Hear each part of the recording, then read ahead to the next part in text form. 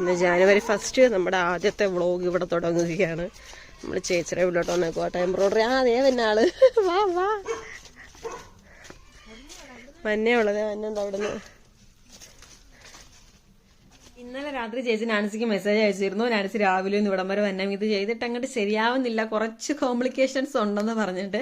അങ്ങനെ നാൻസി ഞാൻ നാളെ വരാൻ, എന്നിട്ട് നമുക്ക് ചർച്ച ചെയ്യാമെന്ന് പറഞ്ഞുകൊണ്ട് ഇവിടെ ചെന്നേക്കും കേട്ടോ. ഇത് നമ്മുടെ ഒരു ബ്രൈഡൽ ബ്ലൗസ് ഉണ്ടെന്ന് പറഞ്ഞില്ലേ, അതിന്റെ വർക്കാണ് ഇപ്പൊ നടന്നുകൊണ്ടിരിക്കുന്നത്. അങ്ങനെ ഒരുപാട് നേരം ഞങ്ങളവിടെ ഇരുന്നോട്ടോ. രാവിലെ പോയിട്ട് ഒരു ഉച്ച വരെ അവിടെ ആയിരുന്നു. ഓരോ കാര്യങ്ങൾ ഇങ്ങനെ പറഞ്ഞും ചെയ്തു. എത്ര സാമ്പിൾ ചെയ്ത് പാവം ചേച്ചി വിഷമിച്ച് കാണും. സാമ്പിൾ ചെയ്ത് എന്നിട്ട് ഞങ്ങൾ ഒരു പെൻസില് വരയ്ക്കാനായിട്ട് പെൻസില് ചേച്ചി പറഞ്ഞതാണ് വീട്ടിൽ നിർത്തോണ്ട് കൊണ്ടുവന്ന്. ഞങ്ങൾ മറന്നുപോയി. അവിടെ ചെന്നപ്പോഴാണ് ആലോചിക്കുന്നത് അയ്യോ എടുത്തില്ലെന്ന്. പിന്നെ അത് വാങ്ങാൻ വേണ്ടിയിട്ട് തലയോലപ്പുറമ്പിന് വന്നതാണ്. വന്നപ്പം നാൻസിക്ക് കുറെ നാളായി ഷൂ മോഡൽ ചെരുപ്പല്ലേ എല്ലാം ഇടും, ഇങ്ങനെ ഓപ്പൺ ആയിട്ടുള്ളതില്ല, ഈ തള്ളവരെല്ലാം ഭയങ്കര വേദനയായിട്ട് അന്ന് അങ്ങനെ ഒരുത്തൊരു ചെരുപ്പ് വാങ്ങാമെന്നും പറഞ്ഞുകൊണ്ട് കയറിയതാണ്. അവിടെ ഈ ഒരു സൈസ് ഇപ്പൊ ഇഷ്ടമാണ് നമുക്ക്, പക്ഷെ ഈ ഒരു ബ്ലാക്ക് കളർ രസം തോന്നില്ല. പിങ്കോ വൈറ്റോ അങ്ങനെ വല്ലതും ഉണ്ടായിരുന്നെങ്കിൽ വാങ്ങായിരുന്നു. പിന്നെ വേറൊരു സാധനം നാൻസി വാങ്ങിച്ചേക്കുന്നത്, അത് ഞാൻ കാണിച്ചു തരാം. ഒരു 1.5 ഐറ്റാണത്. പിന്നെ കിയ അവിടെയൊക്കെ ചുറ്റി ചേർന്ന് കണ്ടിട്ട് കറക്റ്റ് ആയിട്ട് അവളുടെ ചെരുപ്പിന്റെ സ്ഥലത്ത് തന്നെ കൊണ്ടുവരുവാണേ. ഞാൻ പിന്നെയും തിരിച്ചു പോകും, പിന്നെ എന്നെ വലിച്ചുകൊണ്ട് ഈ ചെരുപ്പിനെ മുന്നിൽ കൊണ്ടുവന്ന് നിർത്തും. അങ്ങനെ അതിനകത്തുനിന്ന് ഒരു സെറ്റ് അവക്കും വാങ്ങിച്ചു. ഒരു എന്താ പറയണത്, ഒരു വല്ലാത്ത കളർ ഒരു ഷൂ വാങ്ങിച്ചു. എന്നിട്ട് നമ്മൾ തിരിച്ചു പോരുവാണ് വീട്ടിലോട്ട്. വന്ന വഴിക്ക് എന്തൊരു ദാഹം എന്ന് പറയാം. വെയിലെന്ന് പറഞ്ഞു കഴിഞ്ഞാൽ സ്കൂട്ടർ ഓടിക്കുമ്പോൾ കൈയൊക്കെ പൊള്ളി പിടിക്കുമായിരുന്നു, എന്തൊരു ചൂട്. അപ്പോൾ കരിമ്പൻ കണ്ടപ്പോഴത്തേക്കും ഞങ്ങൾ കരിമ്പൻ ജ്യൂസ് കുടിക്കാമെന്ന് വിചാരിച്ച് അവിടെ നിർത്തിയതാട്ടോ. കേ കുടിക്കുന്നൊന്നുമില്ല, വെറുതെ ആക്ഷൻ മാത്രം. സ്ട്രോയിൽ വെറുതെ കടിച്ചു പിടിച്ചിട്ടുണ്ടെന്നേ ഉള്ളൂ. ഞങ്ങൾ കുടിച്ചു. ജെസ്സി അമ്മയ്ക്ക് കിട്ടിയ ക്രിസ്മസ് സമ്മാനം നല്ല ഗ്ലാസ്, ന്യൂ ഇയർ സമ്മാനം. ഞങ്ങള് വീട്ടിൽ വന്നു. അപ്പോഴാണ് ആലോചിക്കുന്നത് ഉച്ചയ്ക്ക് എന്ത് കറി കഴിക്കും ചോറിന്റെ കൂടെ. ഒന്നും ഉണ്ടായിരുന്നില്ല കേട്ടോ. അമ്മ അന്ന് ഇല്ലായിരുന്നു. അമ്മ ഈ പറഞ്ഞ പോലെ ന്യൂ ഇയർ പരിപാടി എന്തോ ഉണ്ടായിരുന്നു അവരുടെ ഓഫീസിൽ, അതിനുവേണ്ടി അവിടെ പോയിരിക്കുന്നു. ഞങ്ങൾ പിന്നെ രാവിലെ ഇറങ്ങിയതാണല്ലോ, അതുകൊണ്ട് കറികളൊന്നും ഉണ്ടായിരുന്നില്ല. പിന്നെ നേരെ ചന്തയിൽ പോയി, ചന്തയിൽ ഒന്നും ഉണ്ടായിരുന്നില്ല, ഈ ചെമ്മീൻ മാത്രമേ ഉണ്ടായിരുന്നുള്ളൂ. അത് പൊടി ചെമ്മീനായിരുന്നു. പിന്നെ എന്തെങ്കിലും ആവട്ടെ, അവിടെ വരെ വന്നതല്ലേ എന്ന് പറഞ്ഞിട്ട് ഇതിങ്ങനെ ഫ്രൈ ചെയ്ത് കഴിക്കാൻ നല്ല ടേസ്റ്റാണ്. അങ്ങനെ അതുകൊണ്ട് വാങ്ങിച്ചിട്ട് നാൻസി ഒരു ഇച്ചിരി എടുത്തേ കിള്ളിയുള്ളൂ. ഇത് കുറെ ഇരിപ്പുണ്ട് കേട്ടോ, ഫ്രിഡ്ജിൽ ബാക്കി വെച്ചിട്ടുണ്ടായിരുന്നു. മണി 3:22 ഇതുവരെ ചോറ് കഴിച്ചിട്ടില്ല. ജെസ്സി ജോസഫ് എന്താണ് കഴിക്കുന്നത്? ഫ്രൈ ആയിട്ടില്ലല്ലോ മദറേ. ചോറൊക്കെ കഴിച്ചു കഴിഞ്ഞപ്പോൾ നമ്മുടെ ലുലുന്ന് വാങ്ങിയ പിസ്ത ഏകദേശം തീർന്നുണ്ടാ. ഞങ്ങൾ 3 പേരും കൂടി വർത്താനം പറഞ്ഞ് ഫുള്ള് കഴിച്ച്. എന്നിട്ട് തൊണ്ട അവിടെ കിടപ്പുണ്ടായിരുന്നു. അവസാനം കീ വന്നിട്ട് ചോദിക്കുക ആ പിസ്ത എന്ത് ചെയ്ത് എവിടെ നിന്ന് എടുത്തിട്ട് കൊടുക്കാനാ, ഫുള്ള് തിന്ന് തീർത്തില്ലേ ഞങ്ങള്. നല്ല പിസ്തയാണ്.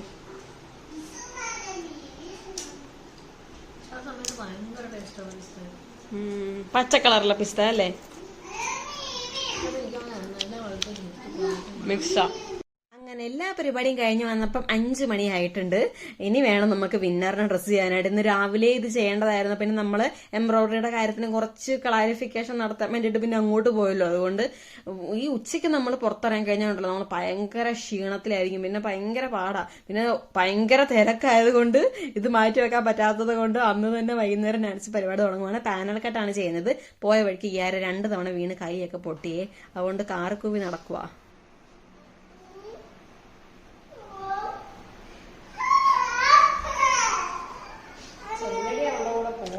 മരുന്ന് തേക്കാം നമുക്ക് പോയി. ഞാൻ അവൾക്ക് മരുന്നൊക്കെ തേക്കാൻ വേണ്ടി താഴത്തോട്ട് പോയിട്ട് ഇടയ്ക്ക് കയറി വന്നപ്പോഴത്തേക്ക് കാണുന്നത് നാൻസി ഇങ്ങനെ പോസ് അടിച്ച പോലെ നിൽക്കുന്നതാണ്. മറ്റേ എംബ്രോയിഡറിയുടെ കാര്യത്തിന് വേണ്ടിയിട്ട് ചേച്ചി അവിടുന്ന് മെസ്സേജ് നാൻസി അവിടുന്ന് അങ്ങോട്ട് അയച്ചു കൊടുക്കുക. എൻ്റെ പൊന്നെ 2 പേരും കൂടി അങ്ങനെ മടുത്ത് കാണും പുള്ളിക്കാരത്ത്. നാൻസി അത് തന്നെ പറയുമായിരുന്നു, ദൈവമേ ചേച്ചി വിഷമിക്കുമെന്നാണ് ഇത് ചെയ്ത് കഴിയുമ്പോൾ. കാരണം നമ്മൾ അങ്ങോട്ട് അക്കരെ ഇക്കരെ ഇരുന്ന് പറയുന്നതിൽ ഒരുപാട് ഇതുണ്ടല്ലോ. ഇനി ഒന്നും കൂടി പോകേണ്ടി വരും, എന്നാലേ ഒരു ക്ലാരിഫിക്കേഷൻ വരുള്ളൂ. കുറച്ചുണ്ടേ, നമ്മൾ വിചാരിക്കുന്ന പോലെ അത്ര എളുപ്പമല്ല ഒരു കാര്യം, ഇച്ചിരി പണിയാണ്. അങ്ങനെ അത് രാത്രി കഴിഞ്ഞോട്ടെ, അല്ലെങ്കിൽ ലൈറ്റിന്റെ വ്യത്യാസം വന്നപ്പോൾ മനസ്സിലായില്ല. ഇതിപ്പോൾ പിറ്റേ ദിവസം രാവിലെയാണ്.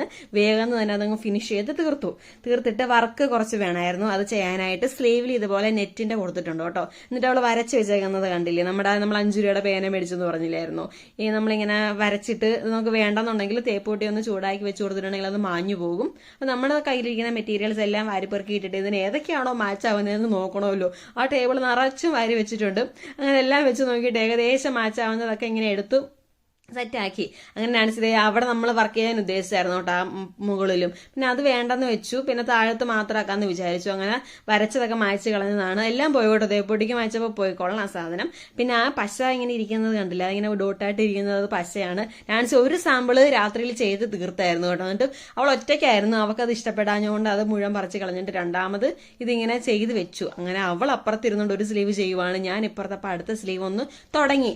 നമ്മളിപ്പോൾ ഒരു സ്ലീവ് നമുക്ക് എങ്ങനെയെങ്കിലും ചെയ്യാം, അടുത്ത സ്ലീവ് നമ്മൾ ആ സ്ലീവ് പോലെ തന്നെ നോക്കി ചെയ്യണമല്ലോ.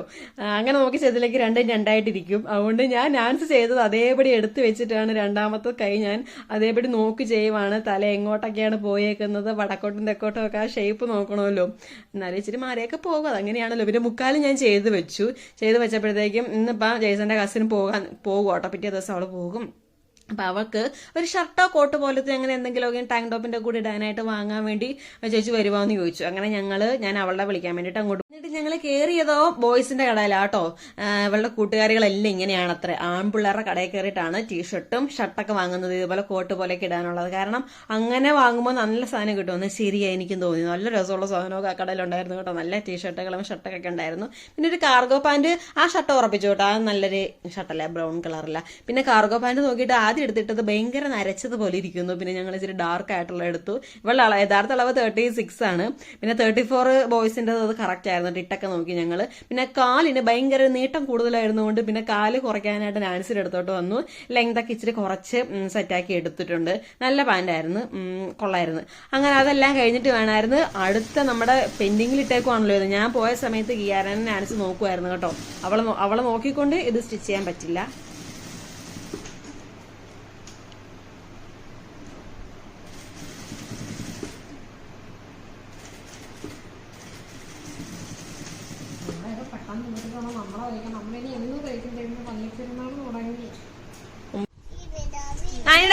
ഡാൻസ് കളിച്ചോ?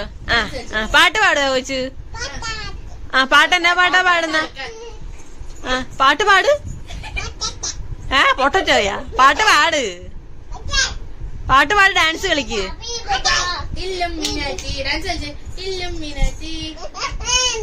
ഡാൻസ് കളിക്കീനെയാ? ഞാൻ അച്ഛനെ ആക്കാൻ വേണ്ടിയിട്ട് വന്നതാട്ടോ ജെയ്സന്റെ തറവാട്ടിൽ. ഇത് ജെയ്സന്റെ ചേട്ടന്റെ കൊച്ചാണ്. ഇവർക്ക് രണ്ടുപേർക്കും പരസ്പരം ഭയങ്കര സ്നേഹമാണ്. അവിടെ ഇവിടെ നിൽക്കാൻ നേരത്ത്, ഒരുമിച്ച് ആകാൻ നേരത്ത് പിന്നെ എന്തെങ്കിലും കാര്യത്തിന് വേണ്ടിയിട്ട് വഴക്കും ബഹളവും തന്നെ. രണ്ടുപേരും ഒരുമിച്ച് നിർത്താനേ കൊള്ളില്ല. പിന്നെ അവിടുന്ന് ഞങ്ങൾ വീട്ടിലോട്ട് പോകും. ഒരു അബദ്ധം തെറ്റിയിട്ടിരിക്കുവാണ്. ഇന്നിപ്പോ ജനുവരി 3, ഇന്നെങ്കിലും കൊറിയർ അയക്കണം, നമ്മുടെ വിന്നറിനുള്ള ഡ്രസ്സ് കൊറിയർ അയക്കണമെന്ന് പറഞ്ഞുകൊണ്ട് നാൻസി ഇന്നലെ ധൃതിക്ക് വേഗം തയ്ച്ചതാട്ടോ. തയ്ച്ച് എല്ലാം സെറ്റാക്കി ഓവർലോക്ക് ചെയ്തുകൊണ്ടിരുന്ന സമയത്ത് നമ്മൾ ഓവർലോക്ക് മെഷീറ്റ് ചെയ്യുന്ന ഒരു ഇച്ചിരി ഓയിൽ അങ്ങോട്ട് തെറിച്ചിട്ട് ഇത്രയും പോർഷൻ ഇങ്ങനെ ആ ഒരു ഓയിൽ തെറിക്കുമ്പോൾ ആ ഒരു ഇതുണ്ടല്ലോ എങ്ങനെ ഇരിക്കണേന്ന് ആ ഒരു ഇതായിപ്പോയി. അങ്ങനെ ആയിട്ട് ഞാൻ സ്ഥലത്തൊന്നുമില്ല, ഡാൻസ് ഒറ്റയ്ക്കായിരുന്നു ആ സിറ്റുവേഷൻ ചെയ്തത്. ഡാൻസ് ഭയങ്കരമായിട്ട് മേടിച്ചു കേട്ടോ. അയ്യോ, ലാസ്റ്റ് മിനിറ്റിൽ ഇങ്ങനെ ഒരു അബദ്ധം പറ്റുക എന്നുള്ളത് ഭയങ്കര പാടല്ലേ. ഒരുപാട് സമയം എടുത്തിട്ടാണ് അതിനകത്ത് ഹാൻഡ് വർക്ക് ഒക്കെ ഒരു ദിവസം ഫുള്ള്. ഒരാളാണ് അത് കംപ്ലീറ്റ് ചെയ്യണമെന്നുണ്ടെങ്കിൽ ഒരു ദിവസം ഫുള്ള് വേണ്ടി വരും. ഇവിടെ തയ്ക്കുന്ന ഇച്ചിരി സമയത്തൊക്കെ ഒരു കൈയൊക്കെ ഞാൻ ഇച്ചിരി ചെയ്ത് കൊടുത്തായിരുന്നു. അങ്ങനെ ഒരാളാണ് ഇരിക്കണമെന്നുണ്ടെങ്കിൽ ഫുൾ ഡേ ഇരുന്നാലേ അത് ചെയ്തെടുക്കാൻ പറ്റുള്ളൂ. അങ്ങനെ അത്ര കഷ്ടപ്പെട്ട് ചെയ്ത് നാളെ രാവിലെ തന്നെ അയച്ചേക്കാന്ന് പറഞ്ഞിരിക്കുന്ന സാധനം ഇങ്ങനെ ഒരു അബദ്ധം പറ്റിയപ്പോൾ എന്ത് ചെയ്യും? ഞാൻ അവസാനം നാൻസി വാഷ് ചെയ്തു കേട്ടോ. വാഷ് ചെയ്തപ്പോഴത്തേക്കും ആ പാളൊക്കെ പോയി. ഇപ്പൊ അങ്ങനെ അറിയത്തൊന്നുമില്ല, എന്നാലും ചെറുതായിട്ടൊരു ആ ഒരു ഡാർക്ക് കളറല്ലേ, അതുകൊണ്ട് അതിന് അത്ര വ്യക്തമായിട്ട് അറിയത്തില്ല. എന്നാലും ഞങ്ങൾ അതൊന്ന് സെറ്റ് ആക്കിയിട്ട് നാളെ അയക്കാമെന്ന് വിചാരിച്ചിരിക്കുകയാണ്. അതിന്റെ ഒരു ഹാങ് ഓവർ വിട്ടമാറുണ്ട്, കുഴപ്പമൊന്നുമില്ല, ഡ്രസ്സിനെല്ലാം ഓക്കെയാണ്. വീഡിയോയിൽ കാണിച്ചു തരാം. പിന്നെന്താണ്, പിന്നെ ഇപ്പൊ അത്യാവശ്യമായിട്ട് വരാൻ കാര്യം എന്ന് വെച്ചാൽ നമ്മുടെ ജനുവരി അല്ല ഫെബ്രുവരി പകുതിയോളം ഫുൾ ഫില്ലായിട്ടിരിക്കുവാണ് സ്റ്റിച്ചിങ്ങിന്റെ ഓർഡർ. ഇനി നിലവിൽ ഒന്നും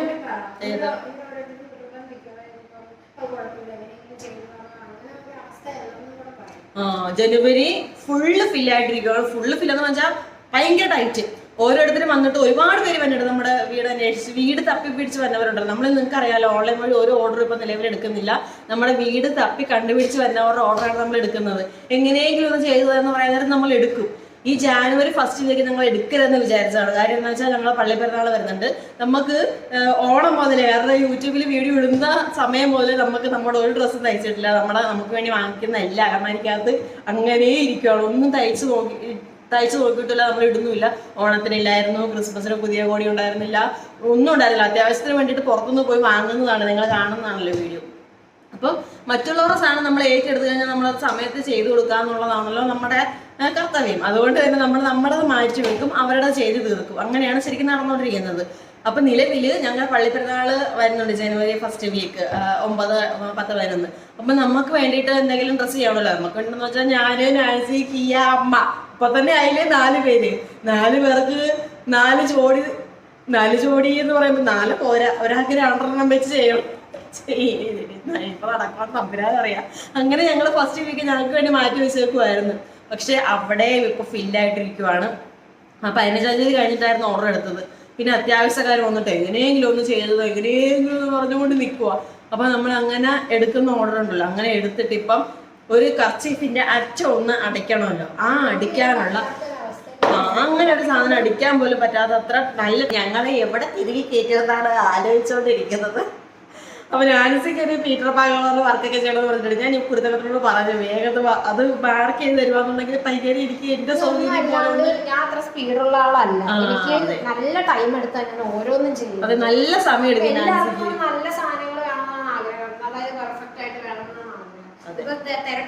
തിരക്ക് വന്ന് നമ്മൾ ചെയ്യാൻ നേരത്തെ ഈ പറഞ്ഞ പോലെ സാധനത്തിന് മിസ്റ്റേക്ക്, അതിൻ്റെതായ മിസ്റ്റേക്ക് സംഭവിക്കും. ഇപ്പൊ ഒരു ഡ്രസ്സൊക്കെ ആൻസർ ചെയ്തെടുക്കുക എന്ന് വെച്ച് കഴിഞ്ഞാൽ ഒരു ദിവസം ചിലപ്പോൾ അതിനു വേണ്ടി എടുക്കും. രാവിലെ മുതൽ ഒരു രാത്രി വരെയൊക്കെ അത് ഓമനിച്ചിരിക്കും. ഓമനിച്ചിരിക്കാന്ന് വെച്ചാൽ അങ്ങനെയല്ല, പുതിയ പാറ്റേൺ ആയിരിക്കും. അത് ആദ്യമേ യൂട്യൂബിൽ നിന്ന് കണ്ടുപിടിച്ച് അളവുകളും കാര്യങ്ങളും ഒന്ന് ഇതാക്കി എടുക്കണം. എന്നിട്ട് നമ്മുടെ അളവുകളിലോട്ട് ഇത് മാറ്റണം. അവര് കൊടുത്തേക്കുന്ന അളവ് വേറെ ആയിരിക്കുമല്ലോ, നമുക്ക് കിട്ടിയേക്കുന്ന അളവിനനുസരിച്ച് വേണം ഇത് ചെയ്യാനായിട്ട്. അങ്ങനെ ആക്കി എടുക്കണത് അത് കുറെ നേരം ആലോചിക്കണം. എന്നിട്ട് വേണം തുണിയിലോട്ട്, അത് യഥാർത്ഥ തുണിയിലോട്ടാണ് ചെയ്യുന്നത്. വെറും നമ്മുടെ പീസ് അല്ല ചെയ്ത് വെക്കുന്നത്, ഓണറിന്റെ യഥാർത്ഥ തുണിയിലോട്ട് ചെയ്ത് വെക്കുമ്പോൾ അത് എത്രത്തോളം ഇതായിട്ട് ചെയ്യുന്നത്. പിന്നെ ഒരാളെ വെക്കുന്നതിനെ കുറിച്ച് ഞങ്ങൾ ഇങ്ങനെ ആലോചിക്കുന്നുണ്ട്. പക്ഷേ ഞാനിപ്പോൾ ഈ വീഡിയോയിലൂടെ പറയാം കേട്ടോ, വൈക്കം പരിസരത്ത് ആരെങ്കിലും ഇതുപോലെ ഉണ്ടെങ്കിൽ സ്റ്റിച്ചൊക്കെ ചെയ്ത് നമ്മുടെ ഇവിടെ വന്ന് ചെയ്യണം. ഇവിടെ വന്ന് ചെയ്യുമ്പോഴല്ല നമുക്കൊന്നും കൂടി ഇതാക്കാൻ പറ്റുള്ളൂ. ചെയ്യുന്ന അതെ കട്ടിങ്ങും സ്റ്റിച്ചിങ്ങും ഒക്കെ അത്യാവശ്യം അവനവന് തന്നെ അറിയുന്ന ഒരാളാണെന്നുണ്ടെങ്കിൽ നിങ്ങൾ ഈ മെസ്സേജിന്റെ താഴത്തൊന്ന് എന്താ പറയണം, നിങ്ങളുടെ ഈ മെയിൽ ഐഡിയോ എന്തെങ്കിലും ഒന്ന് കൊടുത്തു കഴിഞ്ഞാൽ ഞങ്ങളൊന്ന് കോൺടാക്ട് ചെയ്യാം. അല്ലെങ്കിൽ ഞങ്ങളെ കോൺടാക്ട് ചെയ്തിട്ടുണ്ടെങ്കിൽ ഈ പറഞ്ഞ പോലെ എൻ്റെ മെയിലൊക്കെ ഫുള്ള് ജാമായി കിടക്കുക. കാരണം എന്തോരം പേര് മെസ്സേജ് അയക്കുന്നതെന്ന് അറിയാമോ? എനിക്ക് പറ്റുന്നവർക്കൊക്കെ ഞാൻ റിപ്ലൈ കൊടുക്കാറുണ്ട്. കാരണം നമ്മൾ മെസ്സേജിന് റിപ്ലൈ കൊടുക്കാൻ എടുത്തോണ്ടിരിക്കുമ്പോഴായിരിക്കും അവിടുന്ന് ഇവിടുന്ന് വിളി വരുന്നത്. പിന്നെ ആ വഴി പോകുമ്പോൾ നമ്മൾ തിരിച്ചു വന്നത് എടുക്കത്തില്ലല്ലോ.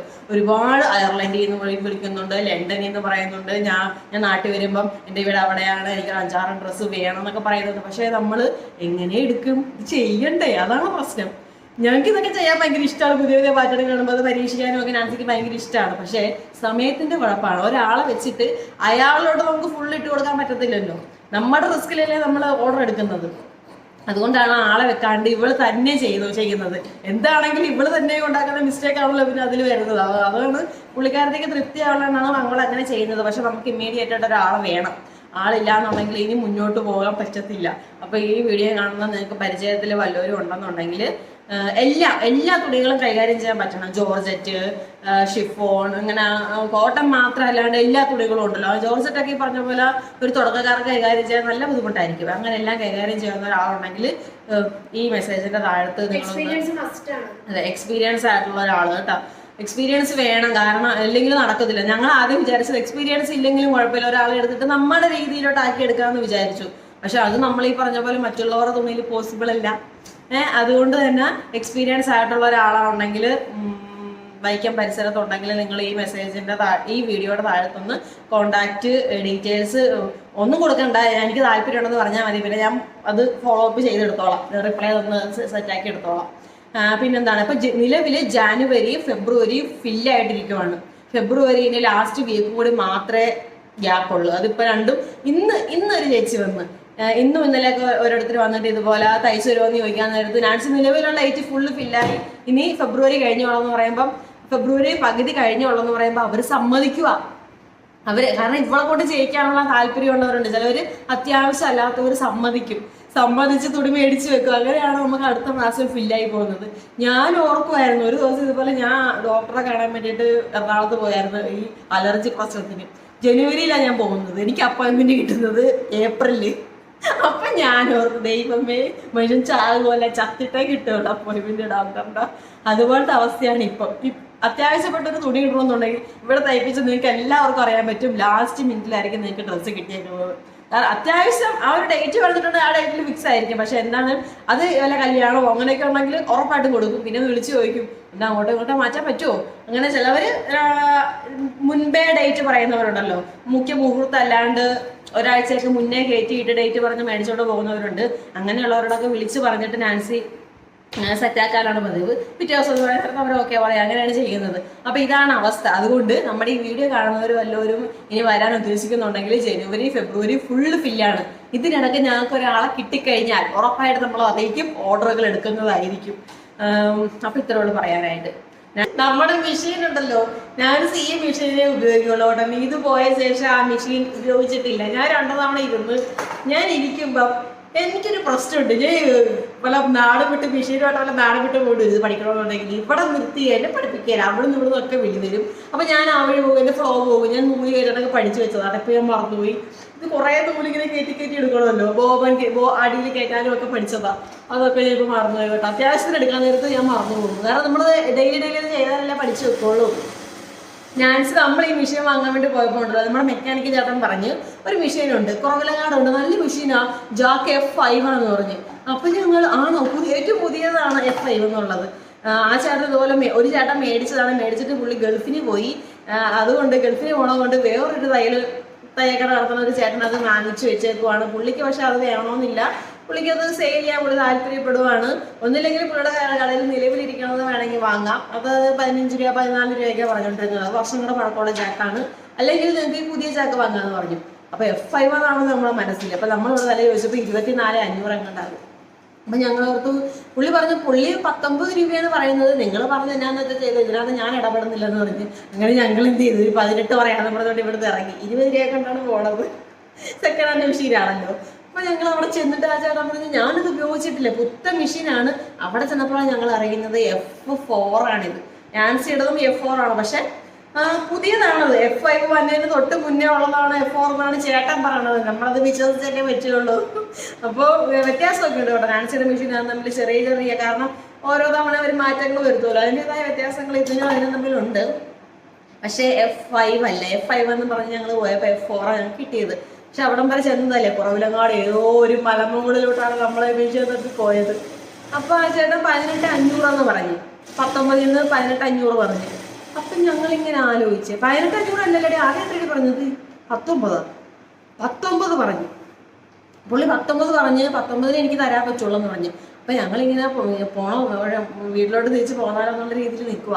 അപ്പൊ ഞങ്ങൾ ആലോചിച്ചേ 19 വണ്ടിക്കൂലി അവിടുന്ന് കുറവിലങ്ങാടുന്ന വൈക്കത്തിന് എത്തിക്കണമെന്നുണ്ടെങ്കിൽ പെട്ടി ഓട്ടോറിക്ഷയ്ക്ക് 1,500 രൂപ കൊടുക്കണം.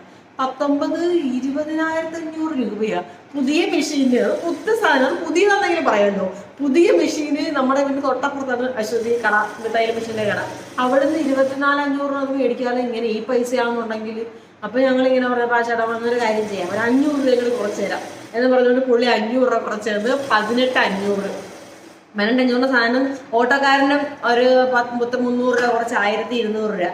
18,500 രൂപ സാധനം ഞങ്ങൾ പിന്നെ ഓട്ടോ കാശും കൂടി കൂട്ടി 20,000 രൂപയ്ക്ക് അടുത്തായി നമ്മൾ ഇവിടെ കൊണ്ടുവന്നപ്പോ എങ്ങനെയാണ്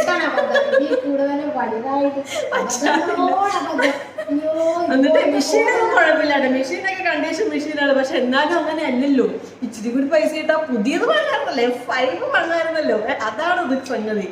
എന്നിട്ട് ഞാൻ ചെയ്യുന്ന 2 ദിവസത്തേക്ക് മൂടില്ല. ഞാൻ പിന്നെ ആശ്വസിപ്പിക്കുകയായിരുന്നു. എനിക്ക് നല്ല പനിയായിരുന്നേ, അപ്പൊ എനിക്കിങ്ങനെ അവിടെ നിന്ന് ഞാൻ പോരാനായിട്ട് ഒന്നുകൂടെ ആലോചിക്കാം പറഞ്ഞ് പോരാൻ വേണ്ടി നിൽക്കുന്ന സമയത്ത് ഇങ്ങനെ വില ഇനി കുറച്ചേരം മറ്റാണെന്നൊക്കെ പറഞ്ഞ് നമ്മുടെ ആ ഒരു പ്രത്യേക സമയമാണ്. അത് മാത്രല്ല നീതുമുണ്ട്, നീതുവിന് മെഷീൻ വേണം. അത് എമർജൻസി ഉണ്ട്, നമുക്ക് എമർജൻസി ഉണ്ട്. നമുക്ക് ഇനി മെഷീൻ അന്വേഷിച്ച് എല്ലാവരും നടക്കാനുള്ള സമയമില്ല. ഇഷ്ടംപോലെ തയ്ക്കാനിരിക്കുന്നു. അത്യാവശ്യമായിട്ട് മെഷീൻ വേണം. കണ്ടപ്പോൾ പുതുപുത്തം പോലെ തന്നെയുണ്ട്. ഈ ചവിട്ടുന്ന പടിയൊക്കെ ഉണ്ടല്ലോ, നമ്മുടെ ഇവിടെയൊക്കെ അഴുക്ക് പിടിച്ചിരിക്കുകയാണ്. പക്ഷെ അത് നല്ല ബ്ലൂ കളറിൽ കൊടുക്കാൻ വേണ്ടി ഇടുമ്പോ അവര് നീറ്റാക്കി വൃത്തിയാക്കി കഴുകി സെറ്റപ്പായിരുന്നു. സത്യം പറഞ്ഞ കാര്യം ഉണ്ടായിരുന്നുള്ളൂ. വെറും 4000 പക്ഷെ ആ ഒരു സമയത്ത് നമുക്ക് ഇത്തിരി ടൈറ്റും ഉണ്ടായിരുന്നു. അതെ, അതുകൊണ്ട് അല്ലെങ്കിൽ നമ്മൾ കുത്തനെ വാങ്ങത്തുണ്ടായിരുന്നുള്ളൂ. പക്ഷെ മെഷീനൊക്കെ കണ്ടീഷൻ. അപ്പൊ ഞാൻ കാണിച്ചു ഭയങ്കര ഹൃദയം തകർന്നിരിക്കേ. ഒരുപാട് പേര് ചോദിച്ചായിരുന്നു സെക്കൻഡ് ഹാൻഡ് എത്രയായിരുന്നു. സത്യം പറഞ്ഞ് ഞങ്ങൾ വാങ്ങിച്ചു വന്നപ്പോ 20,000 അടുത്തായി സെക്കൻഡ് ഹാൻഡ് മെഷീന്. അങ്ങനെ ഒരു സെക്കൻഡ് ഹാൻഡ് മേടിക്കേണ്ട ആവശ്യമില്ലല്ലോ.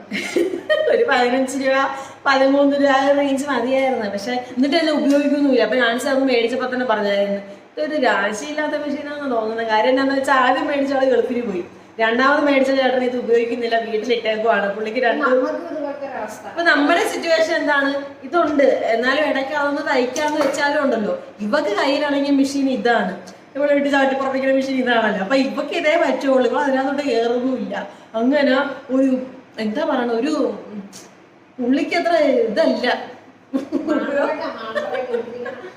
ഉപയോഗം വന്നിട്ടില്ല ഇതുവരെ.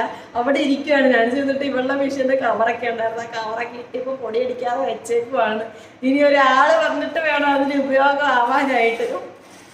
പിന്നെന്താണ്, അങ്ങനെ മെഷീൻ വാങ്ങിച്ച അബദ്ധം. ഞങ്ങൾ ആദ്യമൊന്നും ആ അബദ്ധം പറയാൻ അനുവദിച്ചു വെച്ചിട്ടുണ്ടാണല്ലോ. നിങ്ങളും ഓരോരുത്തർ കമന്റ് എടുത്തില്ല, അയ്യോ നഷ്ടമായി പോയി. അപ്പൊ ഞാനിത് കേൾക്കാൻ റെഡിയല്ല. ഭയങ്കര വല്ലാത്ത വിഷമം പോലത്തെ ഒരു അവസ്ഥയാണ്. ഞാനിപ്പോഴും ഈ കഥ പറയുന്നതിനോട് എനിക്ക് നല്ല വിയോജിപ്പുണ്ട്.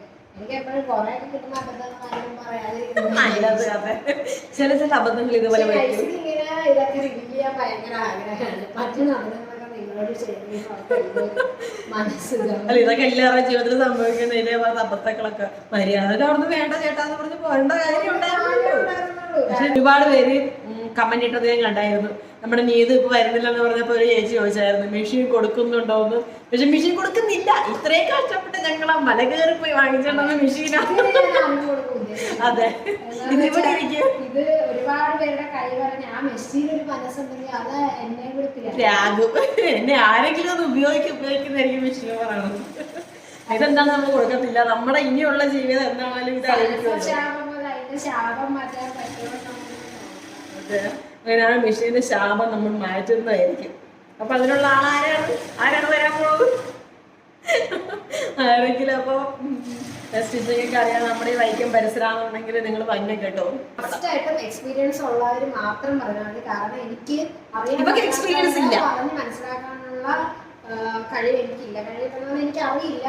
കട്ടിങ് സ്റ്റിച്ചിങ് ഒന്നും എനിക്ക് വേറൊരാൾക്ക് പറഞ്ഞു തരാനോ എൻ്റെ കട്ടിങ് വേറൊരാളെ പഠിപ്പിക്കാനോ ആയിട്ടുള്ള സമയമോ സാവകാശമോ സിറ്റുവേഷൻ ഒന്നുമല്ല. അപ്പൊ അതുകൊണ്ട് നല്ല എക്സ്പീരിയൻസ്ഡ് ആയിട്ടുള്ള നന്നായിട്ട് സ്റ്റിച്ച് ചെയ്യുന്ന എല്ലാം കൈകാര്യം ചെയ്യാൻ അറിയാവുന്ന സ്വയം കോൺഫിഡൻസ് ഉള്ള ആരെങ്കിലും, കാരണം അങ്ങനെ ആരെങ്കിലും മതി. കാരണം എനിക്ക് ഒട്ടും കോൺഫിഡൻസ് ഇല്ലാത്ത ആളാണ്. അപ്പൊ എനിക്കൊരു ബലമായിട്ട് ഒരാളെയാണ് ഞങ്ങൾ ആഗ്രഹിക്കുന്നത്. അപ്പൊ ഞാൻ അങ്ങോട്ട് ബലം കൊടുക്കാനായിട്ട് എന്റെ കയ്യിൽ ഇല്ല. അതെ, നമ്മളിങ്ങനെ സ്റ്റിച്ചിങ് മാത്രമേ അറിയാവുന്ന ആൾക്കാർ, കാരണം കട്ട് ചെയ്ത് കൊടുക്കുമ്പോൾ തയ്ച്ചു തരുന്ന ആൾക്കാരുണ്ടല്ലോ, അങ്ങനെയുള്ളവരെ നോക്കാത്തന്നെ എന്നാന്നറിയാവോ. അങ്ങനെ ഉണ്ടെങ്കിൽ ആൾക്കാർ കിട്ടും, നമ്മൾ അന്വേഷിച്ചാൽ കിട്ടും. പക്ഷെ എന്നാന്ന് വെച്ചാൽ അന്വേഷിക്കാത്ത കാര്യം ഇവളുടെ കട്ടിങ് കറക്റ്റ് അല്ല. ഇവള് പല കാര്യങ്ങളും തയ്ക്കുമ്പോഴാണ് ശരിയാക്കി എടുക്കുന്നത്. എവിടെയൊക്കെ വെച്ച് നോക്കി പിടിച്ചു നോക്കിയാക്കാം, അങ്ങനെയൊക്കെയാണ് കാണിച്ച് കുറെ തെറ്റിതിരുത്തുന്നത് തയ്ച്ചുകൊണ്ടിരിക്കുന്ന സമയത്താണ്. പക്ഷെ നമ്മൾ കട്ട് ചെയ്ത് ഒരാൾക്ക് കൊടുക്കുമ്പോൾ എന്താണ്, അവര് ഒന്നും നോക്കത്തില്ല. അവരാണ് നമ്മൾ എന്ത് ചെയ്ത് കൊടുക്കുന്നത് അത് അതേപടി അങ്ങ് തയ്ച്ചു വെക്കത്തേ ഉള്ളൂ. ഞാൻ ഒരുപാട് മിസ്റ്റേക്കുകൾ എനിക്ക് മാറ്റാൻ തോന്നുന്ന സമയത്ത് ഞാൻ മാറ്റാറുണ്ട്. അപ്പം അതിനൊക്കെയാണ് ഞാൻ സമയം എടുക്കുന്നത്. ഒരുപാട് സമയം എടുത്താൽ ഞാൻ ഒരു ചുരിദാർ പോലും ഞാൻ എന്നാ കണ്ണും കുട്ടിയെ തയ്ച്ചേക്കാന്ന് പറഞ്ഞുകൊണ്ട് ഒരു ചുരിദാർ പോലും ഞാൻ തയ്ക്കാറില്ല. എല്ലാം ഞാൻ സമയം എടുത്ത് തന്നെയാണ് തയ്ക്കുന്നത്. അങ്ങനെ എനിക്ക് സമയക്കുറവ് വന്നിട്ടുണ്ടെങ്കിൽ അത് എത്ര പെർഫെക്റ്റ് ആവുന്നത് കുറയുകയും ചെയ്യും. അപ്പം ഇതൊക്കെ നന്നായിട്ട് അറിയുന്ന ആൾക്കാരെ സംബന്ധിച്ച് അവർക്ക് ഇതൊക്കെ വളരെ അങ്ങനെയുള്ള ആരെങ്കിലും ആണ് നമുക്ക് വേണ്ടത്. ഇപ്പൊ പടപടയെന്ന് പറഞ്ഞ് 3-4 ചുരിദാറൊക്കെ തയ്ച്ച് ഇടുന്ന ചേച്ചിമാരൊക്കെ ഉണ്ട്. അതുപോലുള്ള പടപടപ്പ് ചേച്ചീനെ വേണം, വളരെ സ്മാർട്ടായിട്ടുള്ള ആരെങ്കിലും. ഇതിപ്പോ എവിടെ പോയി അന്വേഷിക്കുന്നു ഞങ്ങൾക്ക് അറിയത്തില്ല കേട്ടോ. ഞങ്ങൾ എവിടെ ഇരുന്ന് പറയുന്നത് എവിടെ. അങ്ങനെ നമ്മുടെ വിന്നറിന്റെ ഡ്രസ്സ് റെഡി ആയിട്ടുണ്ട് കേട്ടോ. ഇതെങ്ങനെയുണ്ട് കാണാനായിട്ട്? ഷോള് വരുന്നുണ്ട്. പിന്നെന്താ നിർത്തിക്കളഞ്ഞ. പിന്നെ നമ്മള് ടോപ്പ് ഇങ്ങനെയാണ് ചെയ്തേക്കുന്നത്. സ്ലീവ് കഴുത്തേല് വർക്ക് ചെയ്തിട്ടുണ്ട്. ഞാൻ ഷോളോട്ടോന്ന് നിൽക്കുകയെ. നമ്മള് നെക്കില് വർക്ക് ചെയ്തിട്ടുണ്ട്. സ്ലീവിന്റെ അറ്റത്ത് നമ്മൾ വർക്ക് ചെയ്തിട്ടുണ്ട്. അപ്പൊ ഇതാണ് നമ്മുടെ കയ്യിലെ വർക്ക് കേട്ടോ. നല്ല ഭംഗിയാണ് കാണാനായിട്ട്. നല്ല രസമുള്ള വർക്കാണ് ചെയ്തത്. ഇത്രയും ഭംഗിയായിട്ട് ചെയ്ത് കഴിഞ്ഞിട്ട് എണ്ണ പറ്റിയപ്പോൾ അവസ്ഥ നിങ്ങൾക്ക് മനസ്സിലാക്കല്ലോ, ഊഹിക്കാലോ. ഭയങ്കര ഇന്നലെ എന്റെ ഫുൾ ഡേ ഞാൻ ഇത് ചെയ്യാൻ വേണ്ടിയായിരുന്നു. മൂഡ് പോയി. ഫുള്ള് ചെയ്യാൻ വേണ്ടിയിട്ട് സ്റ്റിച്ചിങ് അതിൽ വെച്ച് പക്ഷെ വർക്ക് ചെയ്യാനായിട്ട് ഒരുപാട് സമയം എടുത്തിട്ടാണ് കേട്ടോ നമ്മൾ ചെയ്യുന്നത്. അപ്പൊ അങ്ങനെ നമ്മുടെ ഡ്രസ്സ് ഇവിടെ റെഡി ആയിട്ടുണ്ട്. ഇനിയിപ്പം എത്രയും പെട്ടെന്ന് പാക്ക് ആക്കി വിടണം. ഭയങ്കര ഭംഗിയോട്ടോ, ഈ മെറൂൺ കളർ ഇത്രയും ഭംഗിയുണ്ടോന്ന് എനിക്ക് ഇപ്പളാ മനസ്സിലായത്. നല്ല രസമുണ്ട് കാണാനായിട്ട്. നമ്മുടെ കൊറിയർ കവർ ഒക്കെ ഇവിടെ റെഡി ആയിട്ടിരിപ്പുണ്ട്. ആ കൊറിയർ കവറും കൊണ്ട് ആള് ജേസൺ പോയേക്കുവാ. വണ്ടിക്കകത്ത കൊറിയർ കവർ ഒന്ന് നാളെ അയച്ചാൽ മതിയോ? ജേസൺ വരുവാന്നുണ്ടെങ്കിൽ ഇന്ന് തന്നെ അയച്ചേക്കാം. ഇനിയും വൈകിപ്പിച്ച് നാളെ ആക്കണ്ട. അപ്പൊ നമ്മൾ ഇന്ന് തന്നെ ആയിരിക്കും കേട്ടോ. അപ്പൊ ഇത്രയേ ഉള്ളൂ. Bye bye.